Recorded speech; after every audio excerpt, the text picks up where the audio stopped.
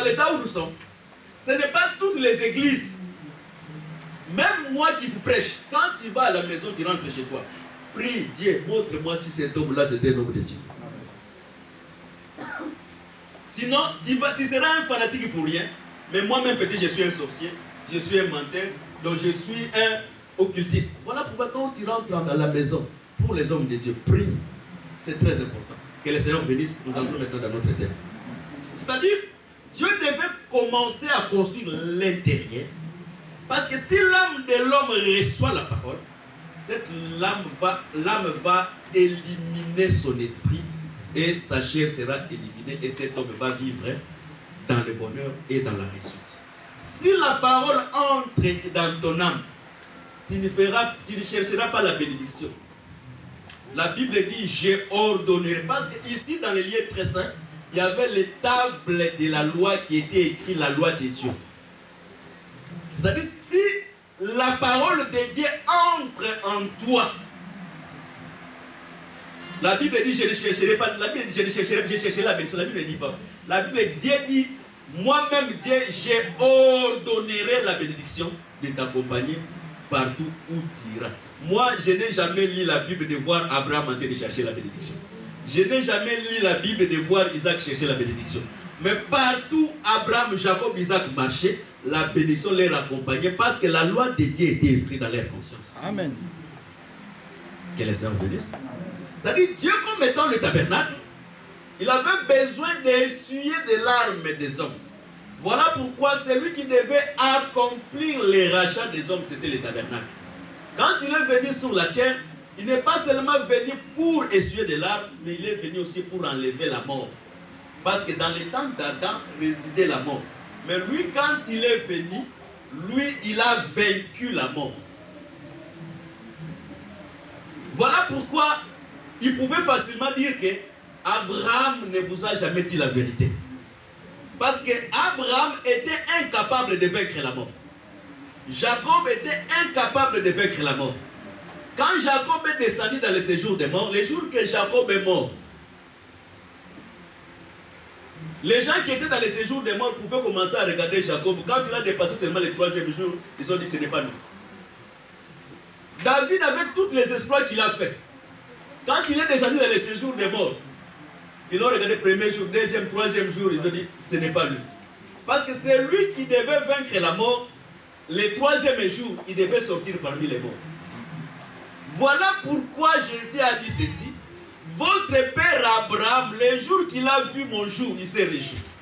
Bien qu'Abraham marchait, mais par les yeux de la foi, il a vu l'œuvre de la rédemption qui est l'œuvre de la croix. Amen. Voilà pourquoi quand nous prions par rapport à ce que Jésus a fait à la croix. Je vais te détailler maintenant parce que j'ai dit je serai très bas et je vais monter. Vous savez, moi sans Jésus, je suis incapable de vaincre les sorciers les plus inutiles du monde du ténèbre. Les sorciers les plus inutiles du monde du ténèbre ou les féticheurs les plus inutiles de tous les féticheurs. Sans Jésus, je suis incapable de les vaincre. Mais quand Jésus est venu, quand il a vaincu la mort, il a vaincu les sorciers, moi, je suis devenu le plus que vainqueur. Aujourd'hui, si moi je peux vaincre les sorciers, c'est à cause de celui qui a vaincu la mort. Que le Seigneur bénisse. Alors, le tabernacle, quand il est venu sur la terre, il est venu premièrement afin que les gens puissent voir Dieu dans la chair humaine. C'est là où les témoins de Jéhovah ont eu une pierre d'achoppement. Parce que les témoins de Jéhovah, on doit prêcher sur d'autres doctrines. Les témoins de Jéhovah, souvent, ils disent que Dieu ne mange pas. Dieu, c'est un esprit. Les témoins de Jéhovah ne croient pas que Jésus était Dieu dans la chair. Parce qu'il dit que Dieu ne mange pas. Mais ils sont incapables d'effacer l'écriture qui se trouve en Genèse, que Dieu dans la chair a visité Abraham. Or, quand Dieu a visité Abraham, il a mangé la main de Sarah. C'est ça. Voilà. C'était bon. Voilà pourquoi, bibliquement, la femme doit savoir faire la cuisine. C'est ça. Surtout ça. Surtout. Surtout ça. C'est important. Ok. Que le Seigneur vous bénisse. Amen. C'est-à-dire, une femme doit faire les efforts de savoir faire la cuisine. Merci beaucoup. Merci. Amen. Merci. Très bien. On ne peut pas être le matin, on est au McDo. Le soir, on est chez les Quick. Et après midi, on est chez le Buffalo.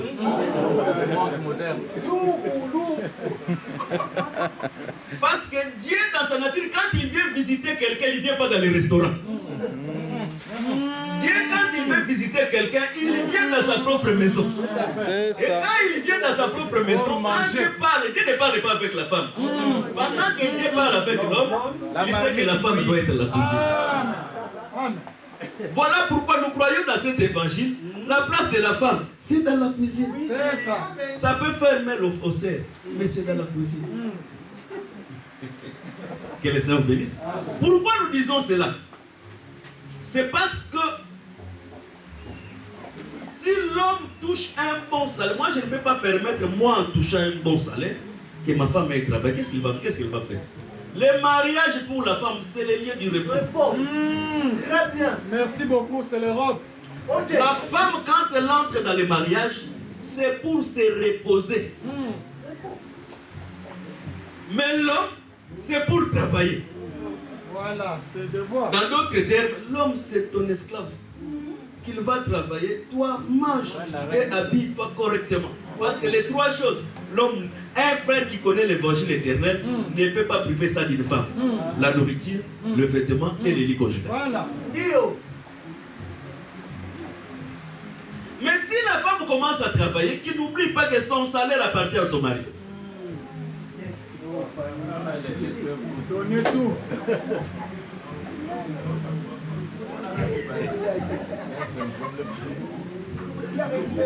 Que le Seigneur vous bénisse. Ma soeur, comment vous vous appelez?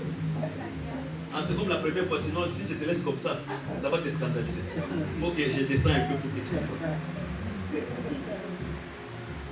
Bibliquement, la femme représente un champ. Je parle pour la sœur pour qu'ils me comprennent, pour les gens qui sont venus la première fois. La femme représente un champ et l'homme représente. L'homme, c'est comme un semeur. L'homme, c'est un semeur. La femme, c'est un champ où l'homme sème et après, la semence va germer. L'homme, il dépose la semence. Après, le ventre de la femme forme un enfant. C'est-à-dire, sans le semeur, la femme n'a pas l'enfant. Voilà pourquoi nous croyons que dans cet évangile, l'enfant n'appartient pas à la maman. L'enfant appartient. La femme n'est qu'un champ où le semeur doit déposer sa semence. Maintenant, la femme comme étant un champ, si moi je viens acheter un champ, et les champs, les semences se trouvent dans les champs, ça appartient à qui? À moi, c'est lui qui achète les champs. C'est-à-dire, quand on vient marier une femme, l'homme paye un prix, c'est le rachat. Maintenant, tout ce qui se trouve dans la femme, tu peux être docteur, tel que tu es. Tu peux être chef d'entreprise. Comme j'achète les champs, Oubliez ça. et toutes les semences qui se trouvent dans les champs, ça m'appartient. Moi, tu deviens docteur dans moi. Le travail que tu fais dans moi, c'est parce que moi, j'ai acheté les champs afin que les champs puissent m'appartenir. Que le Seigneur bénisse. Voilà pourquoi dans le mariage, un vrai mariage du Seigneur, même ton salaire, tu ne peux pas envoyer l'argent au bled sans pourtant demander la permission chez ton mari. Amen. Parce que c'est celui qui est le propriétaire du champ. Tu ne peux pas dire que ma famille souffre là-bas, toi ta famille est bien. Non. Moi, je suis celui qui a racheté les champs. Comme j'ai racheté les champs, toutes les semences. Vous savez, avant que j'avance, vous savez, nos grands-parents, quand il n'y avait pas la démocratie encore, nos grands-parents étaient bien. Vous savez, dans les temps anciens, quand une femme elle est enceinte, même si ce n'est pas ta sainte, mais tu la maries, l'enfant qui se trouve dans son ventre là, c'est ton enfant. Amen. C'était ça.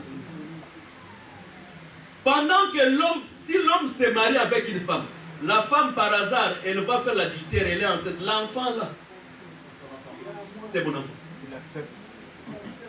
Parce qu'en achetant les champs, on a acheté tout ce qui se trouve dans les champs. Avançons, que le Seigneur vous bénisse. C'est-à-dire, Le Seigneur, comme étant le tabernacle, il a voulu venir vivre au milieu des hommes. Vous savez, un homme responsable, quand il vit là où l'homme, c'est le défenseur de la femme. Amen. Christ, quand il est venu, nous en étant faibles, lui comme étant le tabernacle, il est venu pour nous protéger. Voilà pourquoi le tabernacle au milieu d'Israël, c'était l'assurance d'Israël. Amen. Quelle que soit la guerre, quelle que soit la famine, comme le tabernacle est là, c'était l'assurance de l'Israël. Amen. C'est pour dire que Dieu comme étant un homme, sa présence au milieu de nous, c'est notre assurance. Amen. Quelle que soit la maladie, l'homme doit chercher la solution. Amen. Quelle que soit la famine, voilà pourquoi moi j'aime souvent aussi les femmes. Tu n'es pas sorti, la fin du mois on ne t'a pas payé, mais il te demande à la maison, qu'est-ce que moi je vais manger. Okay. Parce qu'il sait que pour qu'elle mange, ça dépend de toi. Si tu n'avais pas l'intention de bouger, mais quand on va te poser cette question, tu vas bouger. Ah oui. C'est pour dire que Dieu, même s'il n'a pas besoin de faire, mais comme il y a nécessité, donc lui comme étant un homme, il a la nécessité de nous donner la solution. Amen. Que le Seigneur bénisse. Dieu n'est pas seulement venu pour vivre au milieu des hommes, mais Dieu lui-même, comme étant un tabernacle, Dieu aussi voulait que les gens marchent dans lui. Parce qu'il est la vie, le chemin et la vérité. Lui comme étant le chemin, les gens devaient marcher dans lui. Là, je vais commencer à répondre aux questions que les gens m'ont posées. Un bien-aimé m'a posé une question très importante. Il m'a dit, tu as dit que Dieu n'écoutait pas la prière des hommes. Mais comment l'Israël a prié en Égypte, Dieu a écouté leurs prières. Comment Dieu a écouté les cris de Sodome et Gomorrhe. Dans la Bible, il y a ce que nous appelons, nous prêchons dans la largeur, la longueur, la hauteur et la profondeur. En soi, prophétiquement, Israël est toujours en Égypte. Parce que les vrais Pâques qui devaient nous faire sortir en Égypte, l'Israël n'a jamais cru à la Pâque. Parce que c'est Christ qui est l'accomplissement du vrai Pâques. Amen. Et dans d'autres termes, Dieu n'a jamais écouté la prière de quelqu'un avant la venue de Jésus. Parce que Jésus, c'était l'accomplissement de la prophétie des 12 tribus d'Israël. Or, la prophétie devait s'accomplir qu'à la croix. Jésus devait être Ruben, Siméon, Lévi, Joseph, Benjamin. Parce que Jésus, c'est l'accomplissement de toutes les promesses de Dieu. Or, quand Léa qui n'était pas aimée, il a eu Ruben, parce que Léa n'était pas aimée. Voilà pourquoi nous croyons charnellement. Le mariage peut manquer, l'amour peut manquer aussi dans le mariage, c'est naturel. Parce que l'amour chez l'homme est naturel. Ça croisse avec le temps. Mais l'amour de Dieu, lui-même, il est amour. Dieu n'a pas besoin d'amour parce que Dieu, il est amour. Mais nous cherchons à avoir la nature divine. La nature divine se développe en nous. Voilà pourquoi l'amour chez un humain est croissant. Elle peut aussi se rabaisser. Comme Léa n'était pas aimée, mais quand il a eu son premier fils, il a dit, cette fois-ci, Dieu a vu que je n'étais pas aimé. Voilà pourquoi nous disons ceci au couple. Si même tu n'aimais pas ta femme ou bien ton mari, mais comme vous avez eu un enfant, parce qu'un enfant, c'est vous dans cet enfant. Donc, l'enfant, c'est vous deux dans un seul homme. Voilà pourquoi même naturellement, l'enfant a le tout de la mère, il a aussi le tout du père. C'est-à-dire, après demain, l'enfant peut donner naissance à un autre enfant, mais qui a la face de son oncle.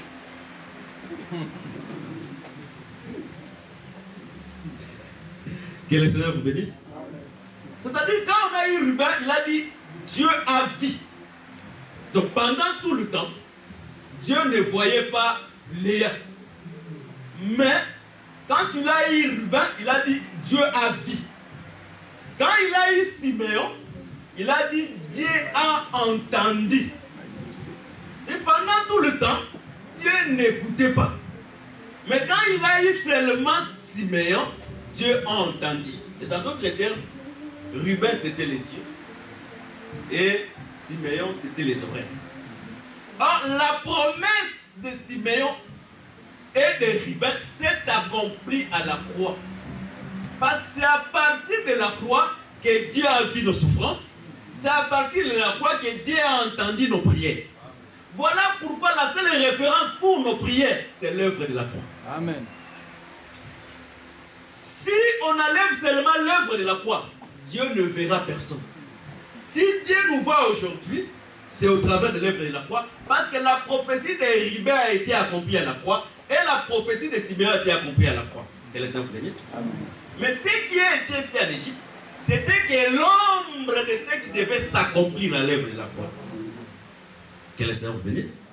La deuxième question m'a posée, pourquoi j'ai dit Israël était le parvis extérieur et j'ai dit les nations étaient le parvis intérieur.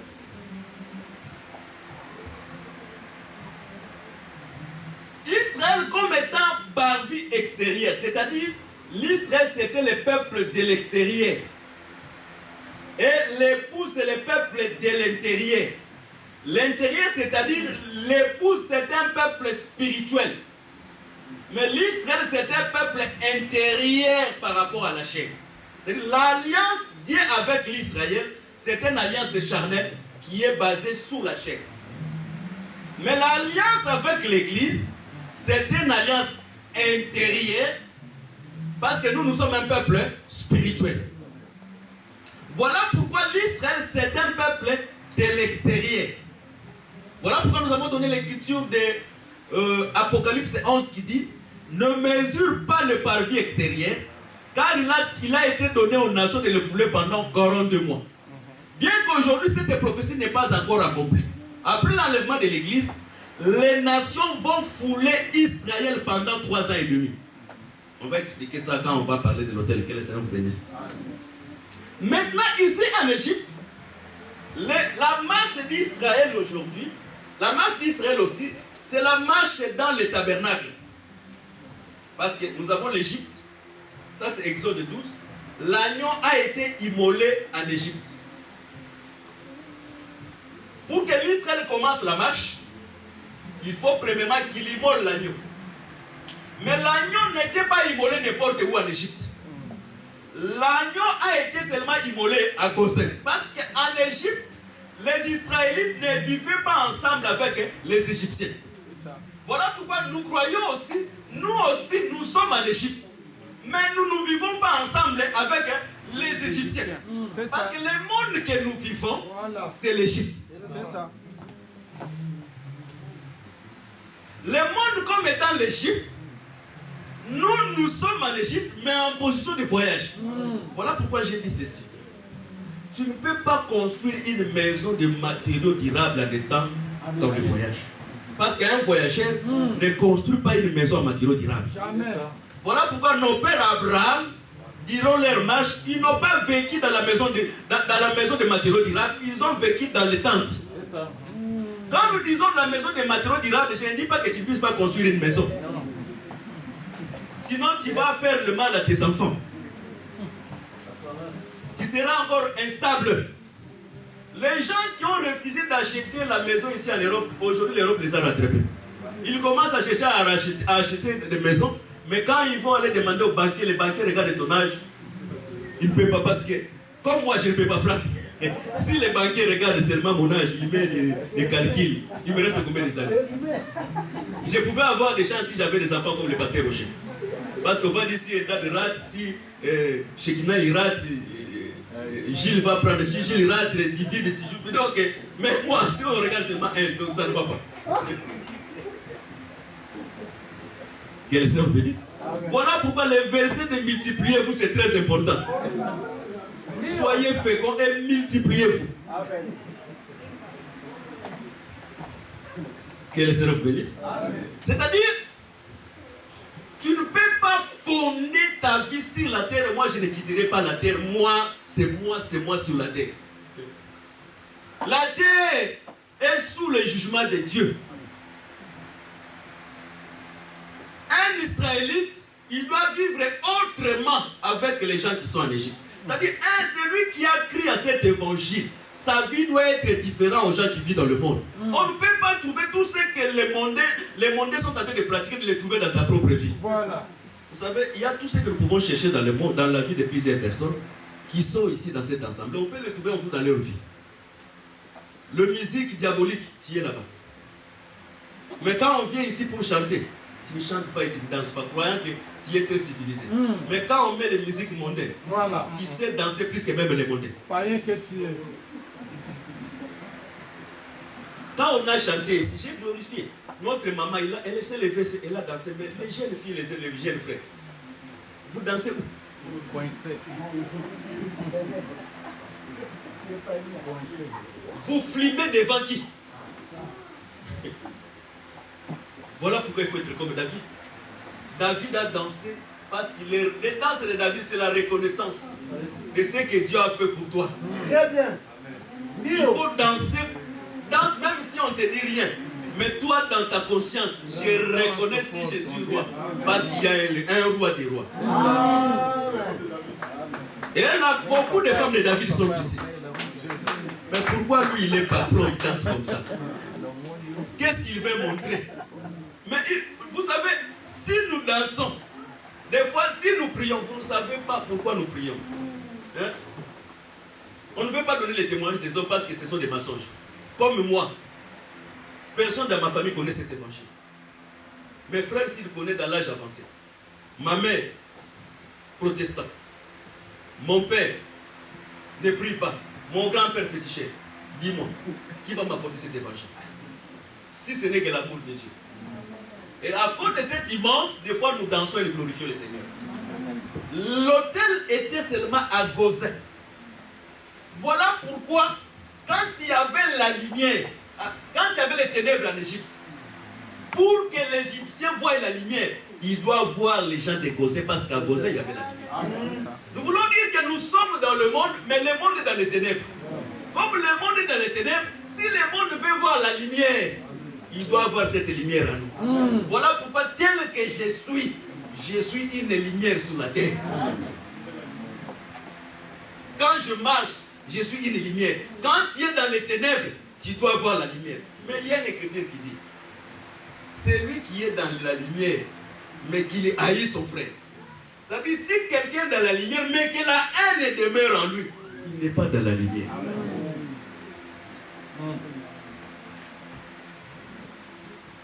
La lumière qui était à Gozin, c'était aussi les manteaux. Parce que tu ne peux pas devenir sacrificateur sans manteau. C'est pour dire que c'est seulement les Israélites qui avaient les couteaux d'égorger l'animal. Les Égyptiens avaient des couteaux, mais ils n'avaient pas des couteaux qui sont liés au sacerdoce. Parce que l'agneau, on l'immole, on l'égorge avec les couteaux. C'est par là que nous avons dit que tous les prophètes étaient aussi des sacrifices. On a donné l'écriture sur Psaume 44. Tous les prophètes étaient des sacrifices. Voilà pourquoi Jean-Baptiste, quand on l'a arrêté, parce que tout animal, avant de l'égorger, il faut premièrement l'arrêter et l'examiner. C'est-à-dire, quand on a arrêté Jean-Baptiste, on l'a arrêté pour l'examiner afin qu'il vienne monter sur l'autel. Est-ce qu'on se comprend? De même aussi, tout enfant de Dieu, c'est un sacrifice. Tu dois passer par l'autel. Quand tu passes par l'autel, ta vie ne sera plus le même. Tu ne peux pas être un enfant de Dieu, mais tu es le même aujourd'hui, hier et éternellement. Ça, tu auras la guerre avec Dieu, car Dieu ne partage pas sa gloire avec une autre personne. Le seul qui est le même aujourd'hui, hier et éternellement, c'est Dieu. Mais si toi, tu deviens aujourd'hui le même hier, là, tu as des problèmes avec celui qui a la gloire, qui ne partage pas sa gloire avec. Quand tu viens, tu dois venir tel que tu étais. Mais quand tu viens ici, tu dois changer. Parce que la parole, c'est pour nous changer.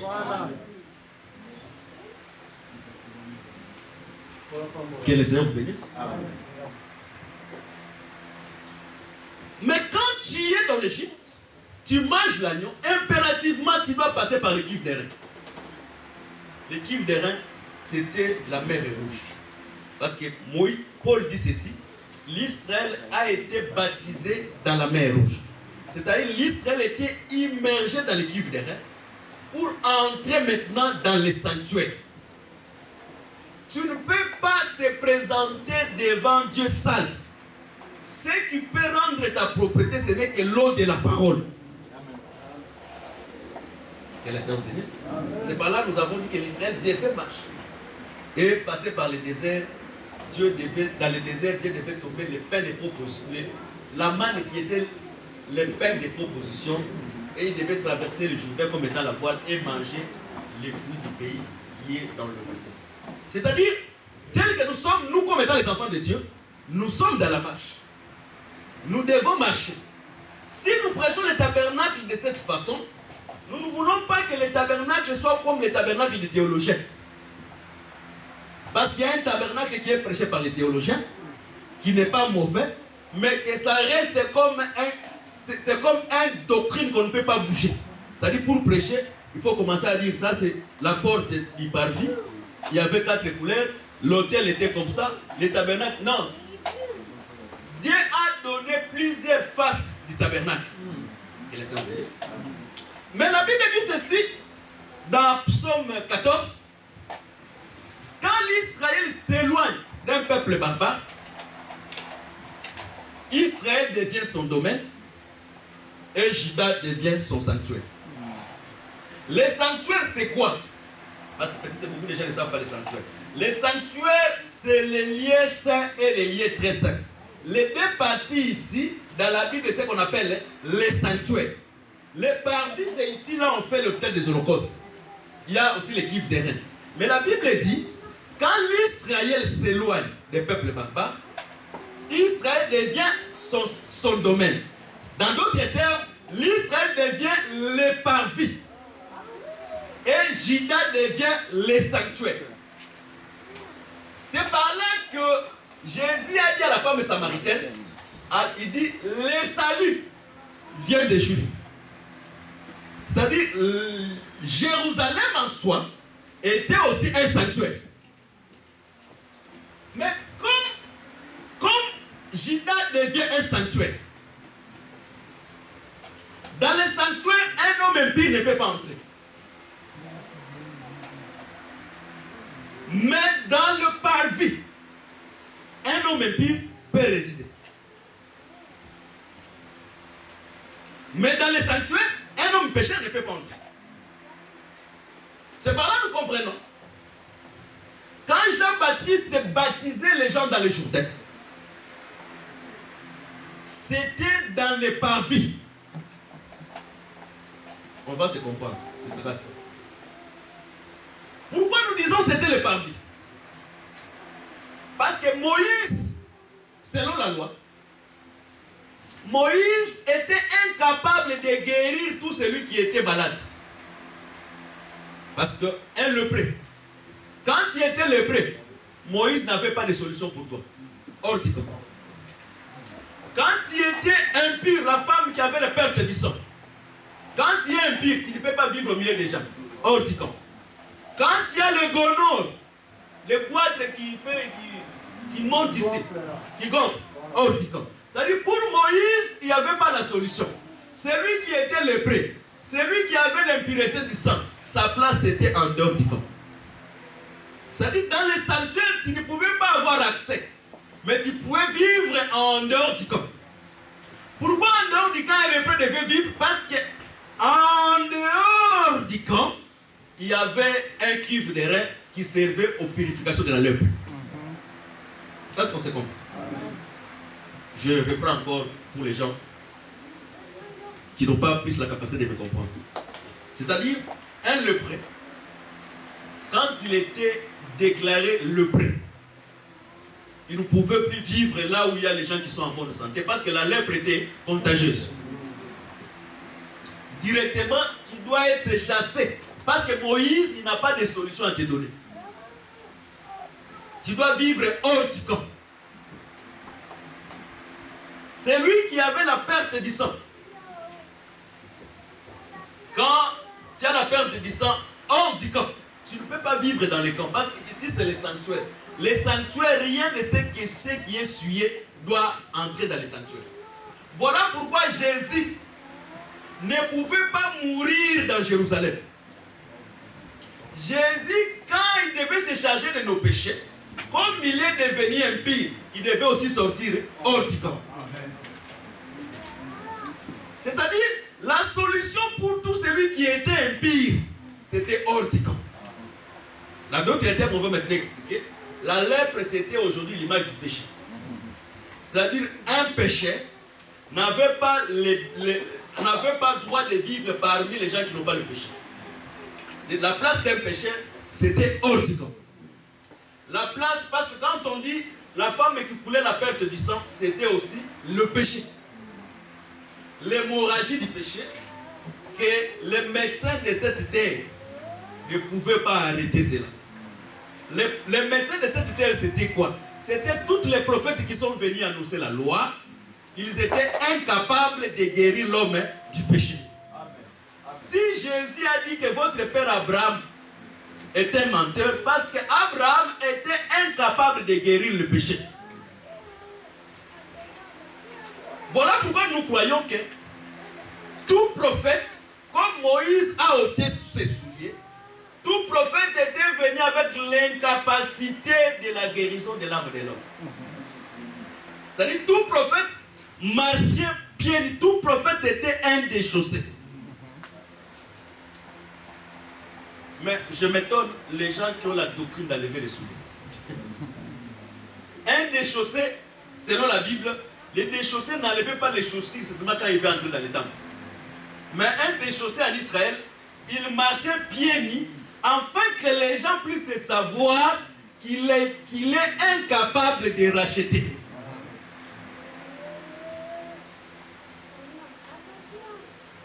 Voilà pourquoi par rapport à l'écriture, nous comprenons que tous les prophètes, même s'ils avaient les sandales, ils étaient pieds nus.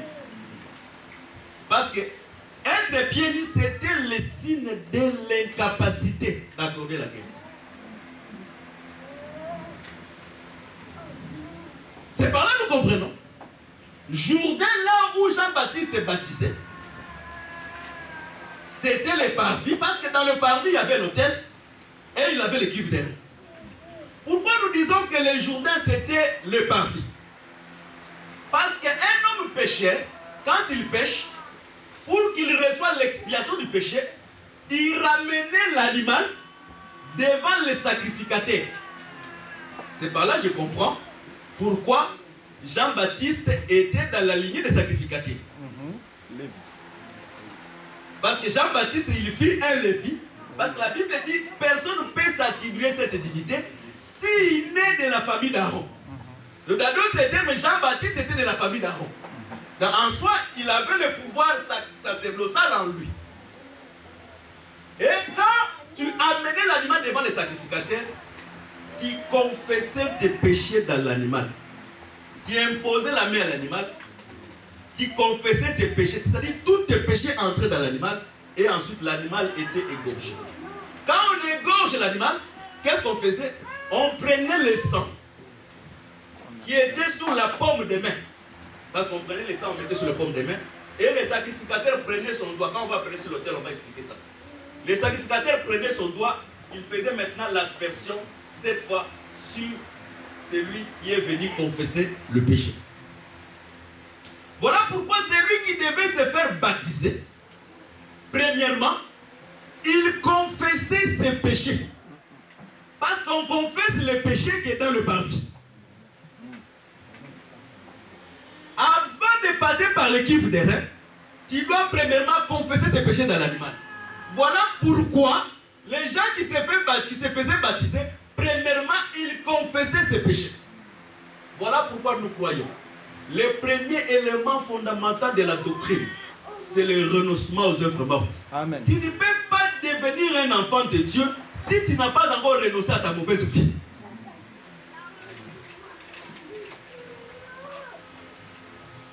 Et nous croyons, tu ne peux pas débuter une alliance sans confesser tes péchés. Voilà pourquoi nous avons dit ceci sur le mariage. Quand tu veux t'engager dans le mariage, tu dois confesser à ton mari tous tes péchés. Et la grâce dit, confessez-vous les péchés les uns et les autres. Moi aussi, les maris, je dois confesser tous mes péchés. Je vais te dire sans te cacher. Moi, dans ma... Parce que tel que nous sommes là, je vous dis, il faut enlever l'hypothèse que les péchés, c'est seulement tuer, c'est voler. Non, c'est seulement faire l'adultère. Quand tu veux faire le bien et que tu ne le fais pas, tu as commis un péché. Les péchés, c'est dans plusieurs dimensions. Je vais te dire que tel que moi je suis là, j'étais un voleur. J'ai fait ceci, j'ai fait cela, j'ai été avec celui-là, j'ai trompé la fidèle, j'ai trompé celui-là. Il faut que tu saches toutes les femmes que j'ai trompées. S'ils sont encore dans ma mémoire.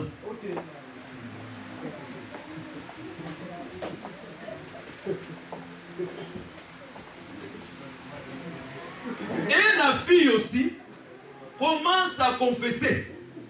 Parce que si on ne confesse pas, tout ce qu'on fait sur la terre, avant que la venue du Seigneur soit manifestée, tout sera mis à la lumière. Amen.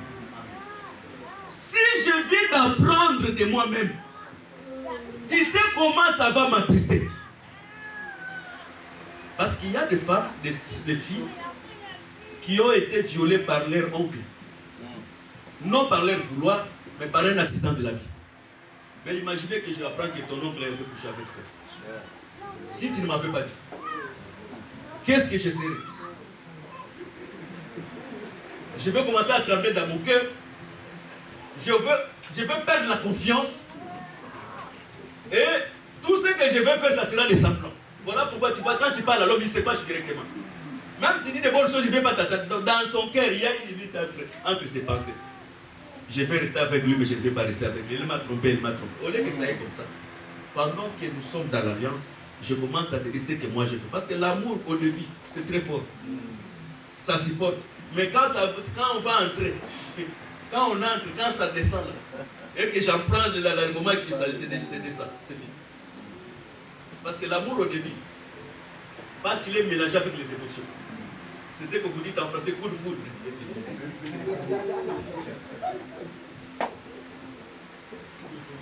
Là, je supporte.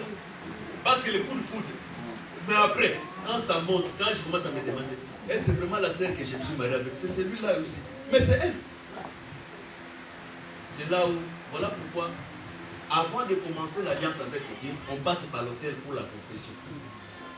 Et après, Jean-Baptiste, il met maintenant dans les cuves des reins. Il te lave. Et il te donne le pot de chameau. Parce que pour entrer dans les puits, il faut être un chameau. Que le Seigneur vous bénisse. C'est par là que nous comprenons que Israël, c'était le domaine, c'était le parvis. Les sacrificateurs, quand ils faisaient le service, ils ne pouvaient pas sortir avec son manteau. Parce que son manteau devait sanctifier le peuple. Il devait enlever son manteau dans le parvis intérieur. Il ne pouvait pas sortir avec son manteau à l'extérieur des pères de sanctifier le peuple. Le peuple était où? Le peuple était dans le parvis. C'est-à-dire dans d'autres termes, en dehors des Juifs, Dieu refusait de sanctifier ceux qui étaient dans le parvis. Voilà pourquoi l'adoration à ce temps-là était seulement à Jérusalem. Mais Christ est venu, il a dit, l'heure est venue où les véritables adorateurs n'adoreront ni en Jérusalem, ni en Samarie même, ils adoreront Dieu en esprit et en vérité. Pourquoi il a dit en esprit et en vérité? C'était le temps où les vêtements devaient quitter les liens saints pour sortir maintenant dans le parvis. Que le Seigneur vous bénisse. C'est par là que nous comprenons que Naaman il était un lépreux, il ne pouvait pas venir à Jérusalem. Parce qu'à Jérusalem, c'était le sanctuaire. À Jérusalem, les lépreux ne pouvaient pas entrer. Mais ici en Samarie, comme étant le parvis, Naaman pouvait venir à Samarie. Est-ce qu'on se comprend? Là déjà je parle de la partage d'Israël entre les 10 et les 12. Les 10 formaient les Juifs. Parce que quand on dit les Juifs, il faut qu'on vous explique d'autres choses. Quand on dit les Juifs c'est les deux tribus. Tribu de Benjamin et tribu de Juda. Quand on dit Israël, c'est les Abilons. Aujourd'hui, les Juifs considèrent les Ribins, les Joseph, ils considèrent les païens aujourd'hui. Parce qu'aujourd'hui, les Juifs, ils disent que les salis, c'est eux-mêmes qui ont les salis. Même celui qui est le fils de Ribin, qui est le fils de Jacob, pour les Juifs, c'est un païen. Parce que Juda est devenu un sanctuaire. Voilà pourquoi Naaman ne pouvait venir facilement à Samarie. Parce qu'à Samarie, un lépreux pouvait vivre au milieu des hommes. Or, Samarie, c'est le monde. Ici, dans le monde, et les pécheurs, et les enfants de Dieu, ils peuvent vivre ensemble. L'Écriture ne dit pas. L'Écriture ne dit pas que dans l'église, il y a des semences. Non.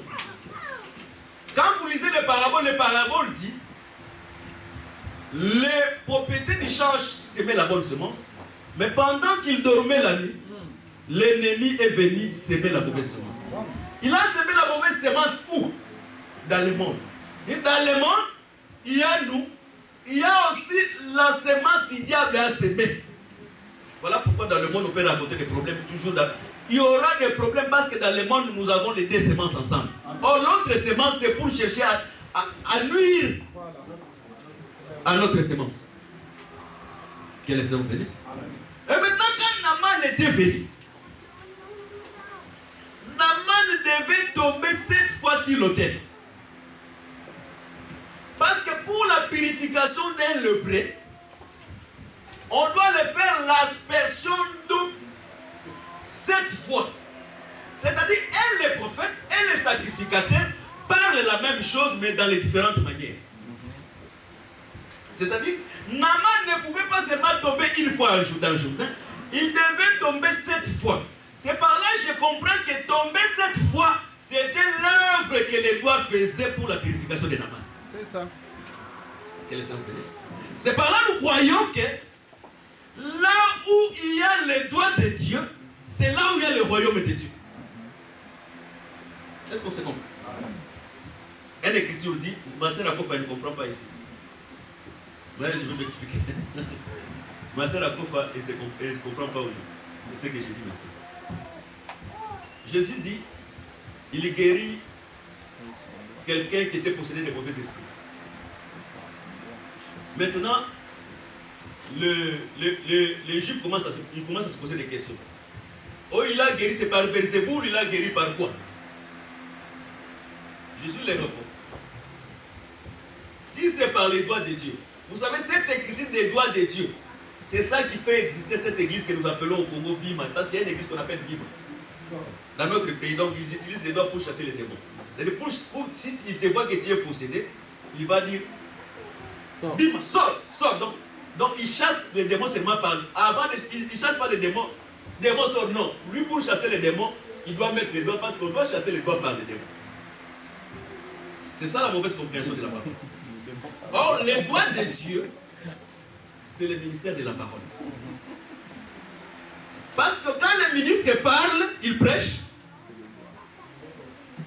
La parole que nous prêchons chasse les démons qui se trouvent en toi.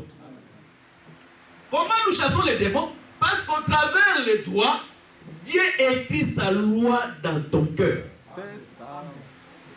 C'est-à-dire, un homme délivré, c'est celui que Dieu a écrit sa parole dans son cœur. Si Dieu n'a pas écrit la parole de Dieu dans le cœur de quelqu'un, il peut tomber aujourd'hui, les démons sortent. Demain, il vient encore, on prie pour lui, il tombe. Demain, après-demain, il tombe. Et après-demain, il tombe. Il devient le client des pasteurs pour montrer la puissance de Dieu. Mais pourtant, si les doigts c'est la bouche. Si la bouche parle, Dieu écrit dans ton cœur. tu es délivré des démons. Parce que Dieu écrit avec le sang. Or, là où il y a le sang, quand l'esprit des morts vient en Égypte, il trouve que dans les linteaux, les portes, parce que les portes de ton corps, c'est ton cœur. S'il trouve que dans ton cœur, Christ est là-bas, les mauvais esprits ne vont pas entrer. Que le Seigneur bénisse. C'est-à-dire, Naaman, quand il est venu, il devait tomber cette fois qui était l'aspersion de l'eau pour sa purification. C'est pour dire que pour les gens qui étaient impies, il y avait une solution en dehors du camp. Voilà pourquoi la Bible dit Jésus, pour nous purifier du péché, il devait aussi sortir hors du camp. Tout celui qui veut avoir la solution, il doit suivre Jésus hors du camp. Or, suivre Jésus hors du camp, c'est accepter l'opprobre de Jésus. Vous savez, la Bible dit ceci. Frère, mais j'ai encore à peu près 40 minutes. Oui, je vais terminer à 13h30. On n'appelait pas encore 13h. Si on était en vacances là-bas, dans l'autre, il y a tombé plusieurs fois. Tombeau, il peut aussi. Quel est ce nom bénisse? J'ai oublié même ce que je devais dire. De suivre Jésus hors du camp, c'est accepter l'opprobre de Jésus. Pour accepter l'opprobre de Jésus, il faut avoir les yeux comme Moïse. Parce que la Bible dit, Moïse a refusé d'être appelé fils des filles de Pharaon. Mais il a accepté l'opprobre de Christ parce qu'il a vu la gloire de Christ était plus supérieure que celle qu'il avait en Égypte. Et pour que l'homme quitte son état de péché, sa gloire de deuxième bureau, de deuxième femme de quelqu'un, son vol, il doit voir la gloire de Christ plus supérieure de ce qu'il est en train de faire. S'il voit maintenant la gloire de Christ est plus supérieure, c'est à ce moment qu'il peut quitter ce qu'il a aujourd'hui pour suivre Christ. Parce qu'être chrétien, c'est humiliant. Être chrétien, ce n'est pas un problème de dignité, je suis chrétien. Non. Être chrétien, c'est humiliant. Tous les gens qui ont été chrétiens dans la Bible, ils étaient toujours les gens de basse valeur. Or, l'humiliation de Christ, c'est parce que nous avons vu la gloire de Christ plus supérieure que la gloire de ce monde. Parce que nous savons, nous les chrétiens, nous régnerons ici sur la terre. Nous régnerons sur la terre, non. Les méchants, nous allons marcher sur eux comme ça. Si tu es méchant, je vais marcher sur toi. Même pas aujourd'hui, mais demain, je marcherai sur toi. Que le Seigneur vous bénisse. C'est-à-dire, il faut sortir hors du camp. Parce que hors du camp, il y a la solution. Hors du camp, il y a ce que nous appelons l'autel qui est l'œuvre de la croix. Que le Seigneur vous bénisse. C'est-à-dire, tout celui qui avait des problèmes, il avait sa place ici au parvis. Voilà pourquoi la femme aux pertes du sang, je commence à aller vers la fin. La femme de perte du sang, qui a souffert pendant 12 ans de l'écoulement du sang. Mais la Bible dit, le jour de la naissance de la femme de Jairus, le jour que l'enfant de Jairus était né, c'était le même jour que la femme de perte au sang était devenue impie. Est-ce que vous comprenez?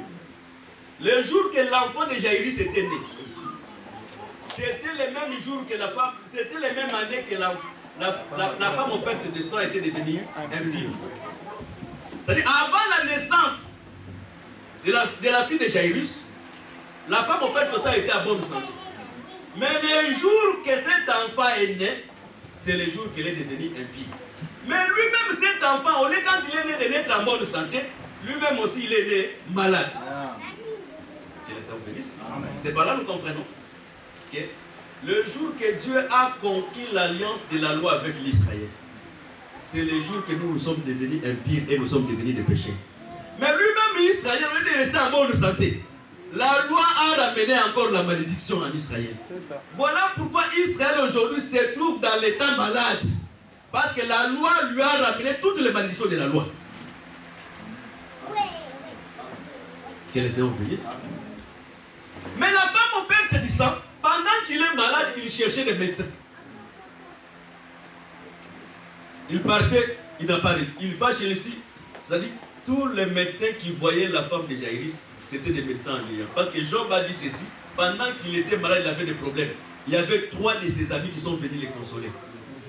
Mais pendant qu'ils sont venus les consoler, c'était des problèmes. Il a dit, vous êtes des médecins des néants. C'est-à-dire, quand on est dans la souffrance, il peut y avoir aussi des médecins, mais qui sont des médecins des néants. C'est pour dire que tout humain, c'est un médecin des néants. Le médecin de ce monde, quand il te donne les médicaments, il dit, tu as la probabilité de la guérison, mais il ne te dit pas que tu seras guéri. Mais il y a des maladies que le médecin de ce monde ne peut pas guérir. Parce que cette femme avait dépensé tout ce qu'il possédait à cause de médecins. Nous croyons que les ministres de la parole aussi sont des médecins. Il y a plusieurs ministres qui sont des médecins aussi des néants. Toute guérison, la Bible dit, elle a dépensé tout ce qu'elle possédait. Toute guérison, toute délivrance qui est liée à la finance, c'est un faux délivrance et un faux guérison.